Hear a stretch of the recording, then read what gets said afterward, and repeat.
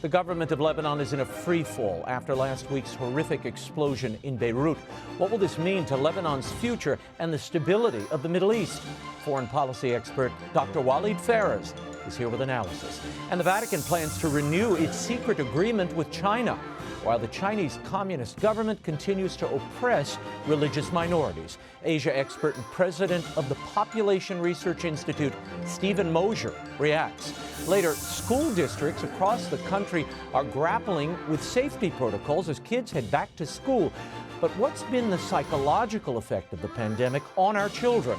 Clinical psychologist and EWTN Radio host Dr. Ray GUARENDI is here with some insights. The World Over begins right now.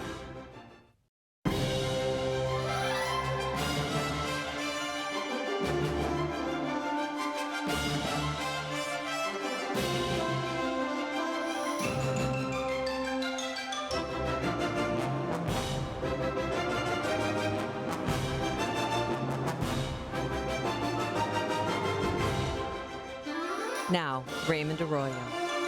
A warm welcome to all of you joining us in the United States and the world over. We're delighted you're with us. WALID PHARES, MOSHER, Dr. Ray GUARENDI, and more straight ahead. And I have a very important announcement coming up.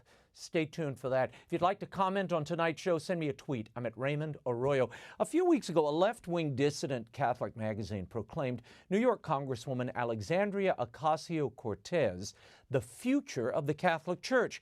Now, I received a lot of emails and calls about this column. My first reaction was, since when does a barely read Catholic periodical get to remake reality or proclaim anyone the future of the Catholic Church? But given AOC's stance on the life issues such as abortion, it's a rather bold, daring, I'd say crazy declaration.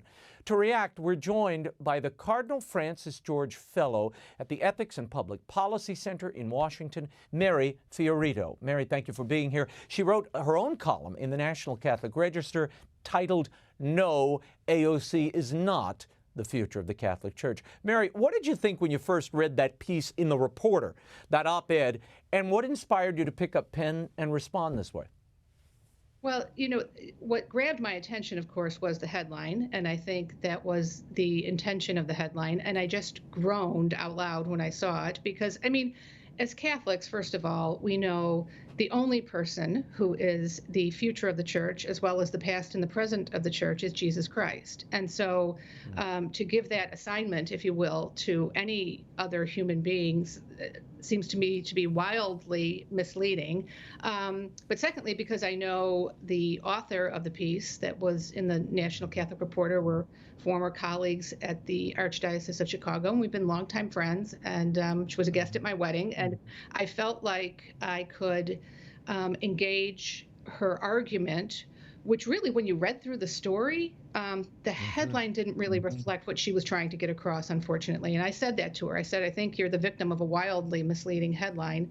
And, you know, I think to some extent she agreed with that. But what she was trying to say was that the verbal attack that Alexandria Ocasio-Cortez came under from a fellow congressperson in Florida, I mean, he really did use some vulgar language, apparently, to describe her and to refer to her. I know, I heard it. And I know I heard it. Yeah, I know there's some dispute, and a reporter from The Hill says, no, I was within earshot, and whether or not he was directing it at her. And again, I don't really want to get into the weeds too much on that because we don't really know. Only the two of them, I think, know what the exact story is. Well, the other thing with this issue that always, Mary, strikes me, a member of AOC's squad, Tlaib, Representative Tlaib, called the president a certain expletive that begins with the F word, and nobody in that squad, including AOC, raised so much as an utterance of disgust or outrage. So this all strikes me. This is politics. It's nasty. It's been so since the founding of the Republic. What strikes me in this larger effort of trying to cast AOC as the future of the church is an attempt to blur pro-life issues, mainly abortion and euthanasia for political purposes. Is that what's happening here, trying to trade off other issues where you might have some connection with Catholic social teaching to disrupt and dislocate these issues that sit at the very top of the moral hierarchy? Is that what we're seeing here? I think so. I mean, we've seen this for some time, right? The absolute abuse of Cardinal Joseph Bernardine's consistent ethic of life. I worked for Cardinal Bernardine as his pro-life spokesperson for many years. He was quoted on more than one occasion of saying, if anyone is trying to use the consistent ethic to say that we don't hold people's feet to the fire over abortion, they are misusing the ethic, and I abhor when people do that. So he was quite firm that no, the issues are not all equal. They are linked, but they are not all equal. And we even see in Evangelium Vitae, the Holy Father addressed issues, along a consistent ethic life spectrum. But the left kind of seized on that, really attempted to misinterpret it, and they use it as sort of like a checklist. Well, if I'm against the death penalty and, I'm for migrant rights, that somehow means it gives me a pass on abortion. And Cardinal Bernardine himself said, you absolutely get no pass on abortion because there are some issues that are simply fundamental. I paraphrase John Paul II. He said this in Crossing the Threshold of Hope. Your other rights don't mean a whole lot if you're not alive to enjoy any of them. So you have to look at the way we treat the most vulnerable people, because you certainly can't tell me. I mean, look at the way the elderly have been treated even within this COVID crisis, right? We have learned about terrible neglect of elderly people who may or may not have family who are being watchful, and the astounding death rates and abandonment rates of the elderly. And abortion being designated as an essential service in many states and localities, which is just mind-boggling. But in Illinois, where I live, we opened up a new Planned Parenthood clinic. In Illinois, where I live, we opened up in the middle of the pandemic a brand new Planned Parenthood abortion clinic located right on the Illinois-Wisconsin border, where even we have now publicly funded abortions in Illinois, so that even women coming from the state of Wisconsin can now come to our brand new abortion clinic that opened during a pandemic to receive free abortions. It's astounding. Well, I've got to get to this, Mary, before we run out of time. AOC promotes all these big social issues, justice issues rather, considered dogma by the Catholic left. Now, a few days after she was all but canonized in that reporter column, Congresswoman Ocasio-Cortez had this to say on Instagram about a truly canonized saint, Damien of Molokai. This was her on Instagram criticizing his statue at the U.S. Capitol. Watch. Even when we select figures to tell the stories of colonized places, it's the colonizers and settlers whose stories are told, and virtually no one else. Check out Hawaii's statue. It's not Queen Liliuokalani of Hawaii, it's Father Damien. This isn't to litigate each and every individual statue, but to point out the patterns that have emerged among the totality of them in who we are taught to deify in our nation's capital. Virtually all men, all white, and mostly both. This is what patriarchy and white supremacist culture looks like. What do you make of that and AOC's understanding of Catholicism and the self-giving sacrifice that usually accompanies sainthood? Well, I had a very funny tweet when I posted my article. A person I don't know tweeted to me, AOC needs to read the CCC, meaning the Catechism of the Catholic Church. And, she's, I don't understand actually definitively whether or not she's even still a practicing Catholic. I can't quite seem to track that down factually. I get the impression she is not, but she is sadly one of these Catholics that came out of the really bad catechism of the 1980s and early 90s, where she knows just enough to be dangerous. And the difference between St. Damien of Molokai and then, people who might have gone as colonizers is that he didn't go to colonize the people of Hawaii. He went to serve them.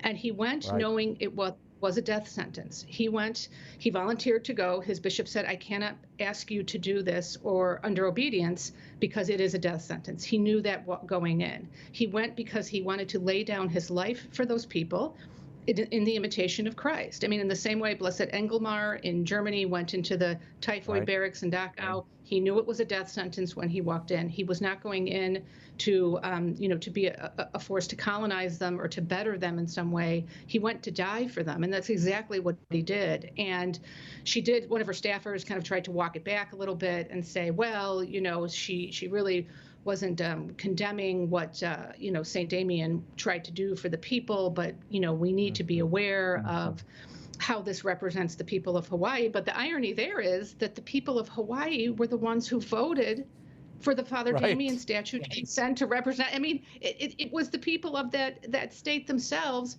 made that statue a gift, Right. to the statuary hall. And so, she's dismissing the actual, will of the people, which is what a democracy is supposed to be, Right. and apparently telling them they chose the wrong person because they Well, chose a man, who was European. The other reason I think that people reacted in such a negative way to that is AOC also tried to frame Father Damien as part of white supremacy and racism.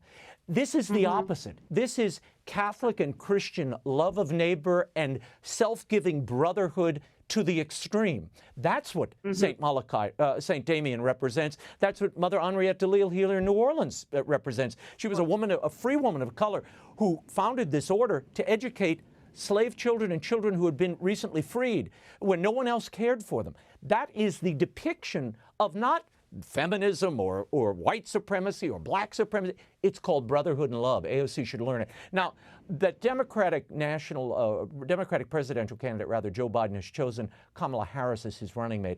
I wanted to play this for you, Mary, before we ran out of time. This is Harris discussing AOC on The View back in January of 2019. Listen to this. Alexandria Ocasio-Cortez is new darling of the party. She officially has more Twitter followers than Nancy Pelosi. She was on 60 Minutes this weekend, proudly calling herself a radical. Do you agree that she could possibly, in this ideology of the socialist left, could splinter your party? No. I think that she is challenging the status quo. I think that's fantastic. Is AOC the thought leader of the new Democratic Party, Mary, in your estimation? Well, I'm worried for the Democratic Party if she is, because, this is interesting. I happen to have a close personal friend who serves in Congress. I know multiple congressional staffers.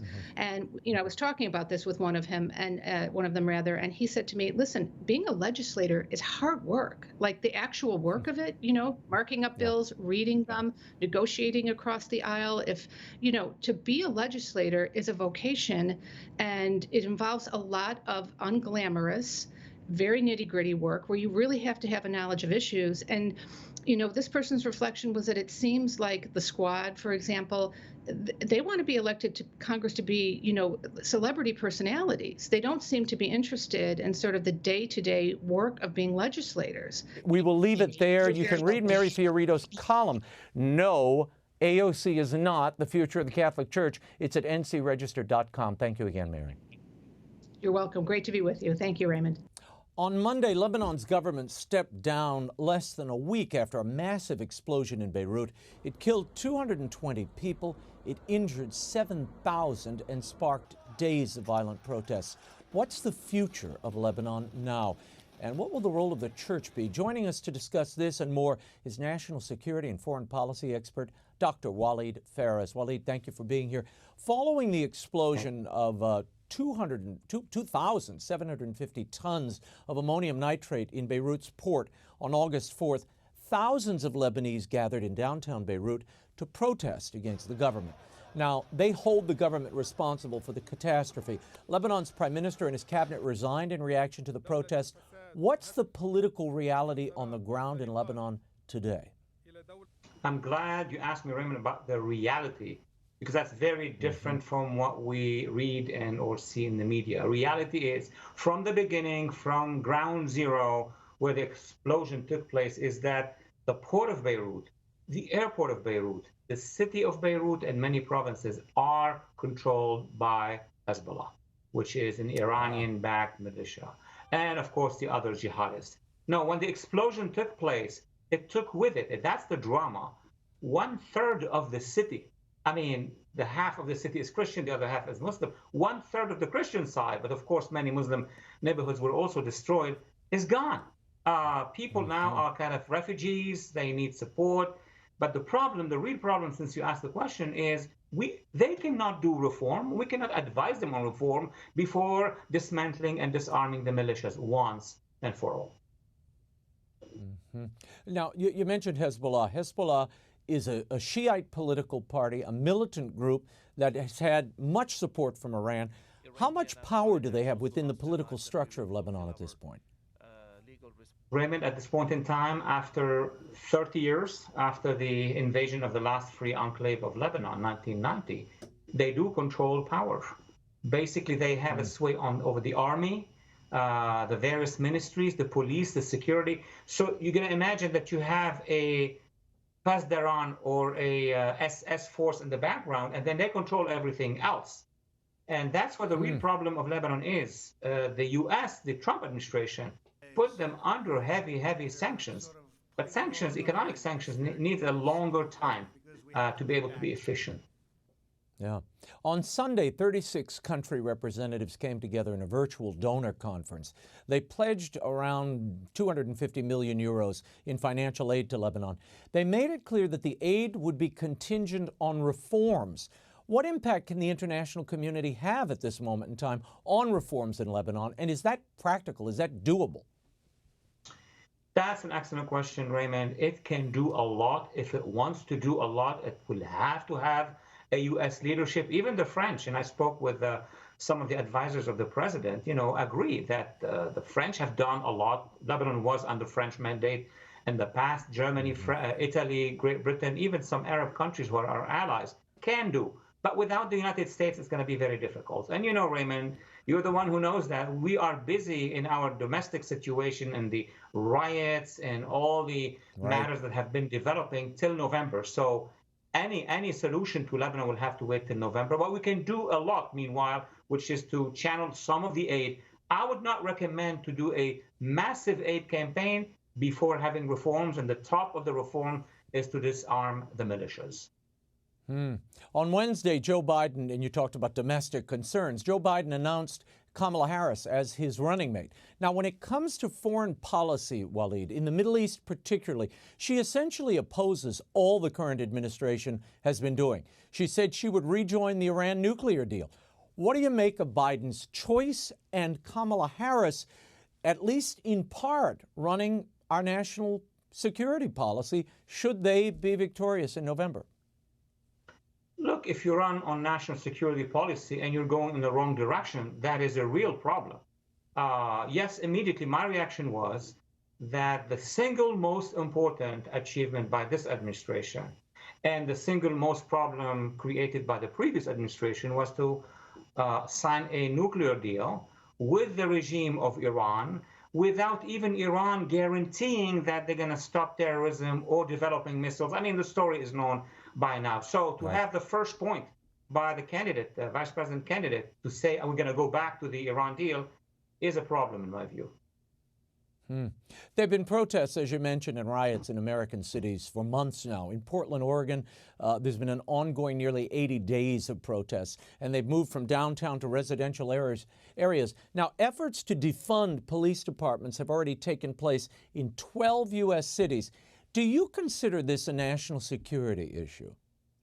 Absolutely. Defunding the police, meaning eliminating the police. Eliminating the police, meaning the country will be like in Mad Max country, which means that you don't have a police. So what happens usually? The weakest will be hit hard. Downtowns will be left for gangs and armed people. But more importantly, citizens will be without protection. So what would citizens without protection do? They would have to protect themselves. Is this the America we are looking forward to have without police? I don't think so. Walid, it's clear Joe Biden is trying to make this election about what he calls restoring the soul of America, a focus on COVID and racial divisions, racial disharmonies, and that he would be the agent to rectify that. Trump is going all in on law and order, and I'm going to revive the economy. Which vision at this point do you think America will be embracing as we move into the election season? Look, America is a nation like other nations. It's very special, of course, because it's a nation that achieved, very amazing projects for the last many, many years. But let's be very pragmatic in the analysis. There is a core of people who are going to be voting for Biden and the Democratic Party. They're not going to change their opinion. There is another core, significant, which will vote for the president. The battlefield is going to be the center. We have about 10 to 12 million people from the silent majority who can vote and will vote in that center. The priority, as a political scientist, I'm telling you this as somebody who had observed two past, presidential election campaigns. Number one is safety. What's happening in the cities is the most important but silent reason for how these voters are going to vote. Second, of course, the management of getting out of COVID into society. And thirdly, to have a check in their pockets as they are moving into the fall. So if you combine those three, the center most likely wants to see a more stable, safe America, and they are dreaming of going back to a strong economy. So the answer is there. Very good. Dr. WALID PHARES, thank you for your insights, and your columns and media appearances can be found on Twitter at WALID PHARES. Thank you, WALID. Thank you so much. Amid all this dark and very confusing news, I wanted to share something with you that's really hopeful and special to me. For many months, I've been working on my first picture book. It's called The Spider Who Saved Christmas. Isn't that pretty? It revives an ancient legend touching on the Christmas story. It's suspenseful, it's moving, and I think you and your family are going to love it. It's being published just in time for the holidays this fall. We'll talk more about it in the days ahead. In the meantime, you can pre-order the book at the EWTN Religious Catalog, Amazon, or you can go to discoverlegends.com for more info. Can't wait to tell you more about this heartwarming and special book. It fills a neat gap in the Christmas story. Stephen Mosher is next, but first, controversial Chinese media mogul and billionaire Jimmy Lai was arrested this week in Hong Kong for violating the city's new security law. The law put in place by the Communist Chinese government punishes citizens for what it considers subversion, secession, terrorism, and collusion with foreign governments. Mr. Lai has been a longtime advocate for democracy and a critic of Beijing. He is the first high-profile citizen arrested under this new law, which went into effect in June. Of course, we told you about this law with Cardinal Zen several weeks ago. More on this in a moment. What is the state of the Catholic community in Communist China, as well as that of other religious minorities, as China begins to crack down on speech and faith? And what about that still secret Vatican-China agreement? Here with an update and analysis is president of the Population Research Institute, author of the book, The Bully of Asia, Stephen Mosher. Steve, I want to start with the still secret Vatican-China agreement. As we've reported, it's due to expire in September, but the chancellor of the Pontifical Academies of Sciences and Social Sciences, Argentinian Bishop Marcelo Sanchez Sorando, announced this week that the agreement will be renewed, telling a communist-controlled Chinese daily, quote, they are going to renew it, which means that the initial experience went well, end quote. What do you make of that assessment? And we should remind viewers, Sanchez Sorando has high praise for the Communist Chinese government. Yes, he does. And I know Bishop Marcelo Sanchez Sorando, and after he went to China for the first time in his entire life, a couple of years ago, he came back and told us that it was the best exemplar of Catholic social teaching in the world today. And I must say that, Raymond, I spent 4 hours with him telling him that it wasn't so. And here we go again. I assume that Bishop Sanchez Sorando knows whereof he speaks, that the Vatican is going to extend the agreement for another year or two. That's certainly what we've also heard from Archbishop Celli, who helped to negotiate the agreement over the course of several years. And of course, what we hear from the great Cardinal Joseph Zen is that the agreement has been a disaster for the underground church and hasn't helped the patriotic church in terms of gaining more space for religious belief and worship vis-a-vis the Chinese Communist Party. But yeah, it looks like it's going to be extended, Raymond. Do you see this agreement becoming permanent? I mean, right now it's considered temporary or provisional. Well, I don't think there's anything by way of a permanent agreement with the Chinese Communist Party. Any agreement that you sign with the Chinese Communist Party, and we can look at the Sino-British agreement signed vis-a-vis Hong Kong, for example, that they've now torn up. We can look about international agreements, the Treaty of the Sea, that they've now torn up, claiming the entire South China Sea. So no agreement with the Chinese Communist Party is valid as soon as the ink is dry on the paper. But this agreement, you know, it's still secret, Raymond. We don't know exactly what's in it. Right. We're pretty sure that it concerns the appointment of bishops. But if you look at how it's played out over the last couple of years, I think you can say the Chinese Communist Party has gotten most of what it wants. I'm not sure that the Vatican has gotten even a small part of what it would like to see from the agreement. Mm-hmm. How can the Vatican and Bishop Sarando, how can they possibly see this agreement as a success, Steve, when there are ample evidence that the Chinese are cracking down on Catholic worshipers, priests and bishops are arrested or missing, crosses are being removed, church buildings are being destroyed? What is the upside here for the church? Well, you know, there's the narrow picture is the effect of the agreement on the Catholic Church in China. But the broader picture is this: there is an ongoing persecution of all religious believers in China, right, of whatever stripe. I mean, Catholics, Christians, Muslims, Tibetan Buddhists, you name it.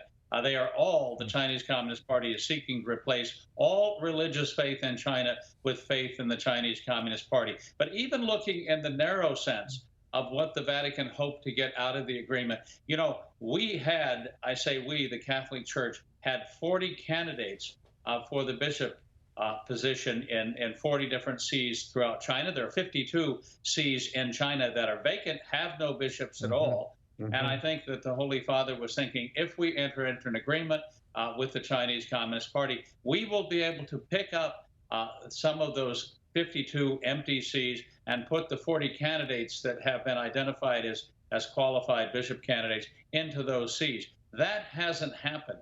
We have seen 5 underground bishops join the Patriotic Church and be recognized by the Chinese Communist Party. On the other hand, the Chinese Communist Party had 8 bishops who had been excommunicated by the Vatican that the Holy Father has now, in a sense, re-enrolled, accepted them as legitimate listed bishops. So the Chinese Communist Party has gotten basically what it wanted, but those 52 sees, Raymond, remain empty.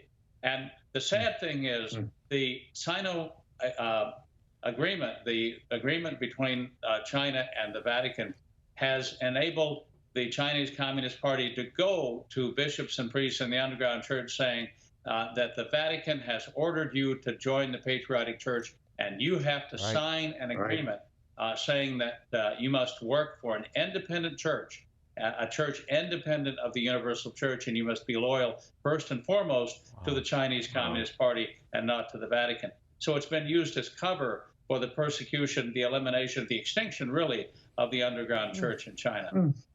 Yeah, it's heartbreaking. Yeah, it's heartbreaking, Steve. And you mentioned the Holy Father. Pope Francis, for the most part, has remained silent about the human rights abuses of this Chinese regime. His remarks were even edited recently so as not to offend the Chinese. Jesuit Father Antonio Spadaro, a confrere of the Pope, defended him this way in a German theological journal. Listen to this. He said, he is very much, the Pope, aware that it must be a case of solving the problem instead of merely condemning the violations and grandstanding. Who says the Pope has to speak out personally on all the world's problems? End quote. Steve, your reaction, and why does he stay silent? Well, yeah, I have been troubled by the silence from the Holy Father over the last couple of years as the walls have been closing in on believers in China. I mean, I spoke not long ago with a person that we've worked with for years inside the high-tech prison that is now the People's Republic of China. And she told me the walls are closing in. I don't know how much longer we'll be able to continue our missionary work here. I think that's what a lot of believers in China are facing. Look, the big picture that I mentioned earlier is one where over 2 years ago, there were new restrictions on religious activity and practice put in place by the Chinese Communist Party. And just this February, they actually published a very long list of very detailed regulations. You can't do anything in the name of the Catholic Church and the name of religion in China without getting permission from the Chinese Communist Party without registering with the Office of Religious Affairs, the Office of Civil Affairs. You have to turn over your complete budget. All your staffers have to be trained in the ideology of the Chinese Communist Party. You have to promise to promote core leader Xi Jinping, the new Red Emperor. And as all this is going on, we have churches being torn down. We have churches and Taoist temples and Buddhist temples being converted into what? Being converted into what the Chinese Communist Party calls civilization practice stations for a new era. This is, you take a church and you convert it into a worship center for what? You're worshiping the Chinese Communist Party. You're worshiping core leader Xi Jinping. The parishioners in the church become practitioners of this new atheistic faith. The party conceives of itself as a sort of secular religion. And by using propaganda, by using surveillance, by intruding itself into churches, it's trying to wean people away from faith in God and convert them into believers' faith in the Chinese Communist Party. So that's the big picture of what's going on in China. It's an all-out war on that God-shaped hole in the human heart that we're to fill with our Creator. They're trying to fill that God-shaped hole with the ideology of the Chinese Communist Party. Of course, it won't work, but that's the big picture in which the Sino-Vatican Agreement is being carried out.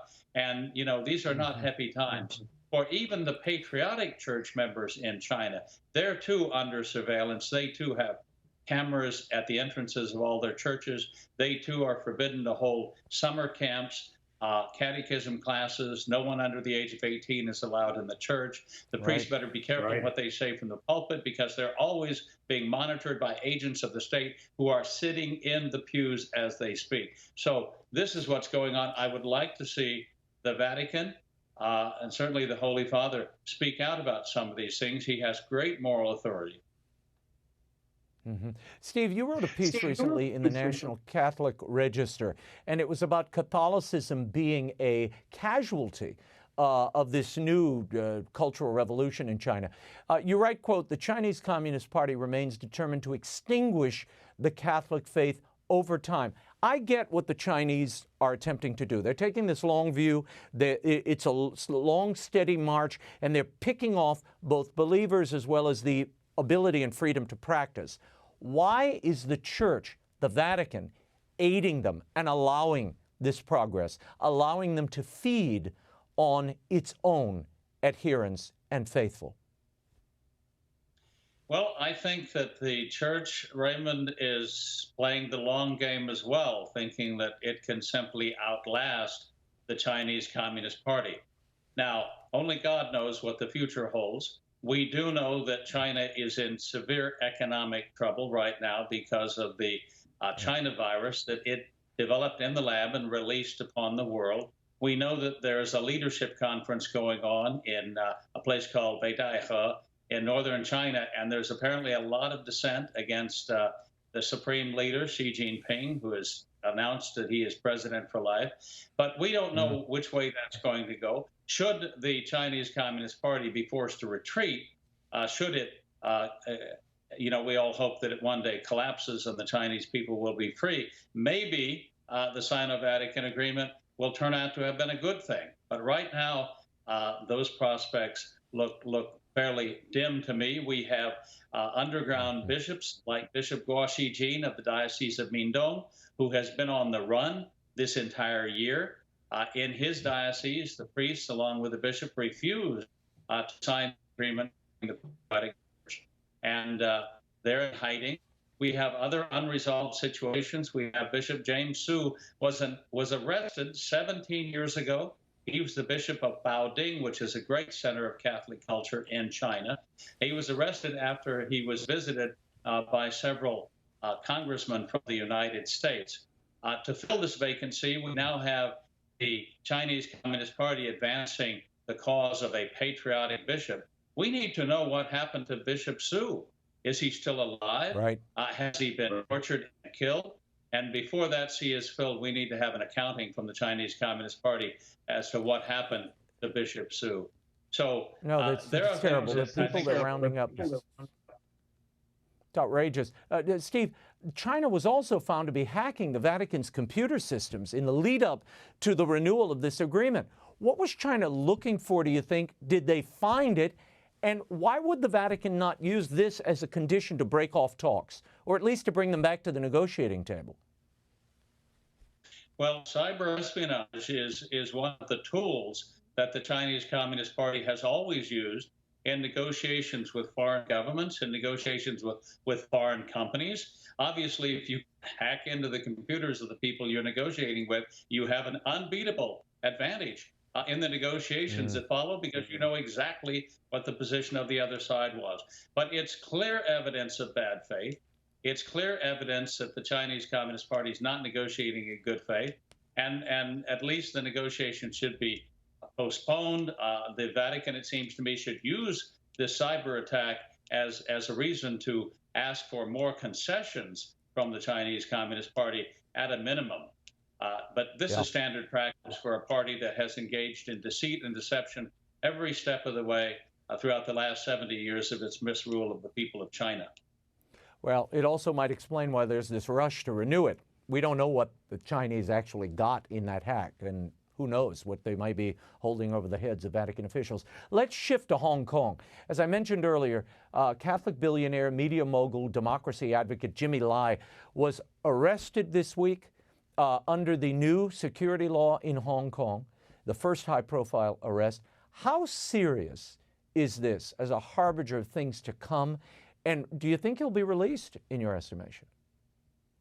Well, remember that Hong Kong, under British rule, which it was until 1997, basically from its founding in 1840 until 1997, enjoyed freedom of speech, freedom of religion, freedom of the press, all the freedoms that we associate with Western civilization, with free market democracies. That's all gone now. The one remaining independent newspaper, media organization in Hong Kong was the Apple Daily, run by Jimmy Lai. They're trying to put him behind bars, and they're trying to put the Apple Daily out of business. It means the end of independent free journalism in Hong Kong. Just one more sign that Hong Kong is no longer a semi-independent, a semi-autonomous zone within the People's Republic of China. It's been absorbed by China. I can't tell you the sadness that I feel over this development. I studied Chinese at the Chinese University of Hong Kong years ago. That's where I learned to speak Mandarin, Cantonese. I have many, many friends in that great city.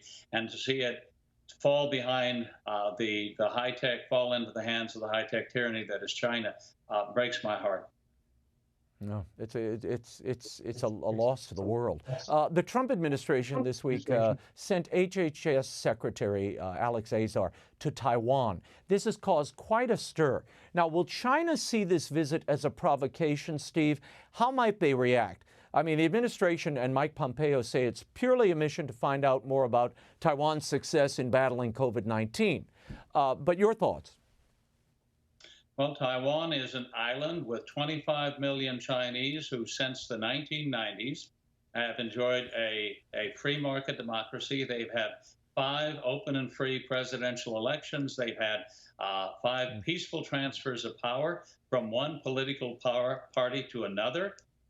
The ultimate test of a democracy they have passed. And China, for that very reason, wants to kill the democratic experiment that is Taiwan, because Taiwan proves beyond the shadow of a doubt that the Chinese people are capable of a full-fledged democracy, which we should never have doubted in the first place. But the Chinese Communist Party now having taken over Hong Kong, Taiwan is next on the menu. It would like to devour Taiwan. Alex Azar's visit is a great sign of our support for Taiwan, which should continue. In terms of China's reaction, if they actually moved, Raymond, mobile missile launchers right up to the coast of Fujian province, about 100 miles away from Taiwan, in order to try to intimidate Taiwan. They've got hundreds of missiles pointed at the island right now. Before I let you go, Steve, I wanted to get your reaction to this. Nancy Pelosi did an interview with Chris Wallace last weekend. In it, she offered who the Chinese would prefer to win the presidency this November. Listen. The Chinese, they said, prefer Biden over. We don't know that, but that's what they're saying. What do you make of that assessment and that admission, Steve? Well, the National Intelligence Center just published a couple days ago a report saying that China would very much prefer to have Biden as president and is actively working against Trump. So I think the evidence is clear. China is using its media outlets in the United States.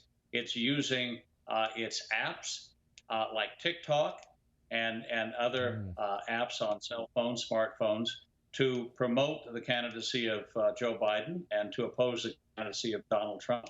They're not being open about it necessarily, but if you read the Global Times, which I have to every day, it's a propaganda broadsheet published in English by the Chinese Communist Party, it's clear that they support Biden and oppose Trump, and it's clear why they do that, because they've seen for the last 30 years that Joe Biden has worked with them, shall we say, to promote trade, to promote investment between the two countries, which has greatly benefited the People's Republic of China and has hurt American workers and American industry. President Trump, on the other hand, has been very tough on China, imposing tariffs on Chinese-made goods to level the trade playing field, and taken many, many other actions, including sanctioning senior officials in the Chinese Communist Party and senior officials in Hong Kong for the brutal mistreatment of Uyghurs and other minorities in China, and also for the crackdown of Hong Kong. Steve, we'll leave it there. Bully of Asia, Why China's Dream is the New Threat to World Order by Stephen Mosher is available at bookstores everywhere and online. Thank you so much, Steve. Thank you, Raymond. He's a clinical psychologist and longtime host of The Doctor Is In on EWTN Radio. He's also the father of 10 adopted children, the author of many books, including the aptly titled Raising Upright Kids in an Upside-Down World.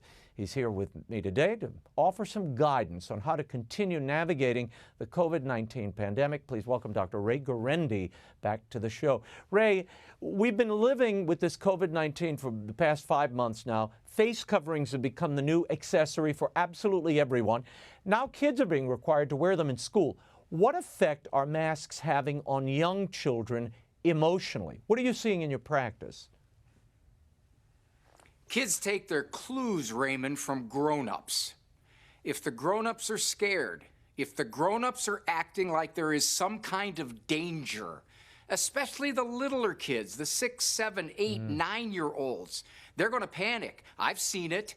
I've had kids not want to leave their house. I've had other children, it was reported to me by a woman who works with them, who are saying, if you sneeze, you're going to give me COVID and I'm going to die. Raymond, it is an unintended, I hope, side effect of this total lockdown of masks on children. We've got to weigh this in the balance. More and more therapists are coming out and saying already anxiety and depression has exploded off the charts, and we're making it so much worse.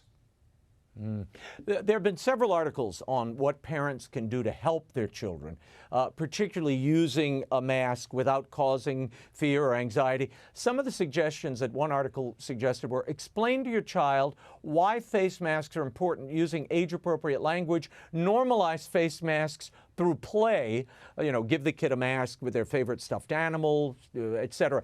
Provide fun and colorful mask options. What do you make of these suggestions? And is this what parents should be doing for their kids in this moment? Is this the best approach? I think by and large, Raymond, that will not work because kids are immersed in seeing grown-ups in a way they've never seen them before. What I would suggest is this. You tell the kids, you are not in any danger. You are fine. One of the reasons you're wearing those masks is to protect other people. You are fine. There's no danger to you. Now, if someone says, but that's false, of course there's danger. No, there isn't, Raymond. I saw a statistic just recently. 97,000 children were tested positive for COVID. You know how many died? How many? 13. 13.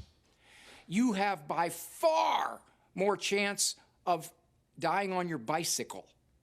For sure getting in a car. So it is perfectly okay to tell a child you're in no danger because the odds are virtually zero, and it's okay to say that. I want to pick up on just what you're saying. This week it was reported that over 97,000 U.S. children tested positive for the coronavirus in the last 2 weeks of July, more than a quarter of the total number of children diagnosed nationwide since March. Now, that's according to the American Academy of Pediatrics. But child deaths due to COVID-19 make up 0 to 0.5% nationally. Now, Dr. Ray, there's a lot of uncertainty when it comes to kids going back to school. What are the psychological effects of keeping them out of school, as we're seeing in many states, many localities? We just assume, Raymond, that this is a zero-sum game. In other words, if we tell the kids you have to wear a mask and you have to stay out of school, that they're just going to accept this. This shows no understanding of children. By and large, they have to go back to school. This is such a part of their existence. You know, one of the reasons for depression, a main reason for depression, people stop doing what brings them contentment and joy. If you eliminate that, if you take away those things from the kids that they've just taken as part of childhood, what is left? Isolation, break in routine, lack of contact with friends. All of this has to be weighed in. And what scares me is it's not being weighed in. And if someone says, well, look at the numbers, they're going up. Yes, but you look at the mortality rate. That is the number you look at. And children die from many, many more things than COVID. Well, you raise a great point. Look, I know some college students and parents of college students who are telling me, in fact, I know one freshman, and she was telling her parents, it's so hard, we're going to orientation, we're all sitting apart, and I can't recognize or make any friendships because these people have masks over their faces. All I see is eyes. There's no way to recognize them from one event to another. How do you balance that, Dr. Ray? How do you balance the sociological needs, the societal, civil needs of kids and young people, and wanting to protect them from this disease? I thought cooler heads were going to prevail, Raymond. I don't think so. I think it's only going to be a matter of reality. I'm an optimist. I think reality usually wins. So I think in time, more voices are going to say, given the legitimate level of risk, and that's how you define a phobia, by the way, the emotional reaction to something that has a very low level of risk. Given that level of risk, more voices in the medical community have to start speaking up and saying, if the grown-ups want to wear masks, we really need to think long and hard about mandating all the way down to preschool. Yeah. Well, the European Center for Disease... Go ahead. Bullying. You know, everybody's sensitive about bullying. You know what's happening? Kids are using the COVID as a bully technique. You're going to die. Do you know that? You're going to die. Your mom's going to die. The great club. Wow.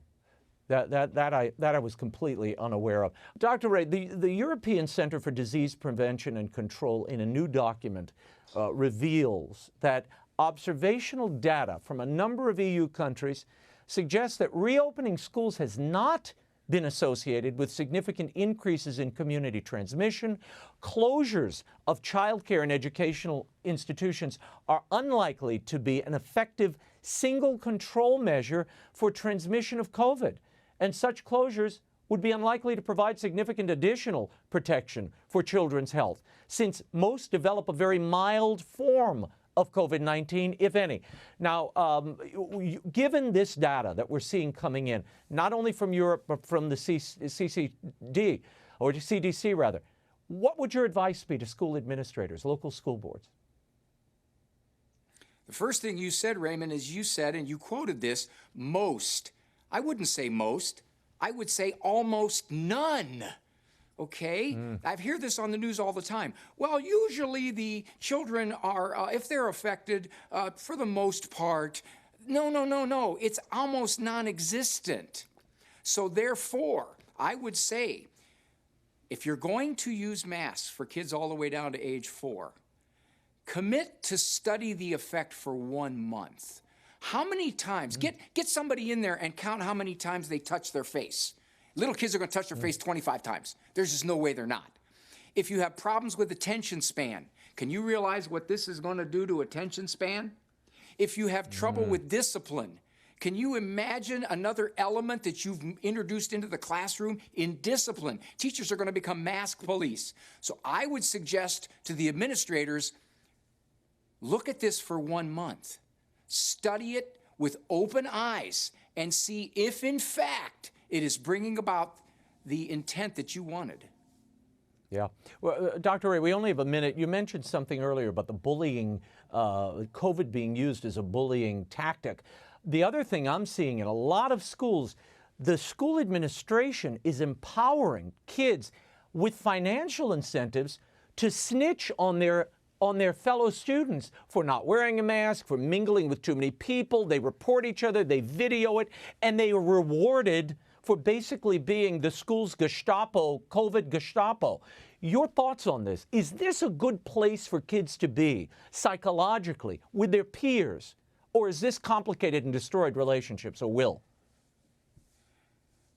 I will sugarcoat my response. Absolutely disgusting. Totally disgusting. And it shows you the extremes that people will reach for when they're living under fear, a fear which really doesn't have that kind of basis in the statistics. I'm a researcher.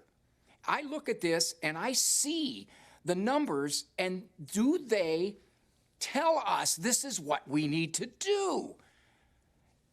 In Europe, researchers call what Europe did a field study.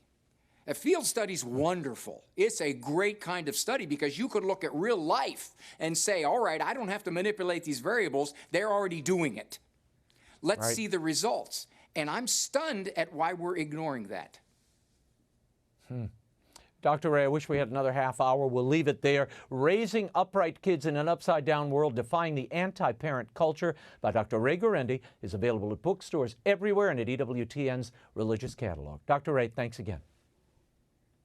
Thanks, Raymond. And I have to share something with you. This came to me from the children at St. Teresa's School in Zagreb, Croatia. Now, they're reading the first Will Wilder book. You kids made my week. Thank you for reading the book and for the beautiful illustrated letter. All 3 installments of the Will Wilder saga are now available in paperback, audiobook, and hardcover. And of course, they're available not only in English, but Croatian. Visit willwilderbooks.com for a preview. You can order yours today. And of course, The Spider Who Saved Christmas is now available for pre-order at the EWTN Religious Catalog and at discoverlegends.com. Don't forget, The World Over is a podcast. It's available on iTunes and Spotify. Listen to The World Over on the go, wherever you are. That's all the time we have for now. Be sure to catch us next week. Until then, we'll be scouting the world over for all that is seen and unseen. On behalf of the staff and crew of EWTN News, thank you for watching. I'm Raymond Arroyo. Bye now.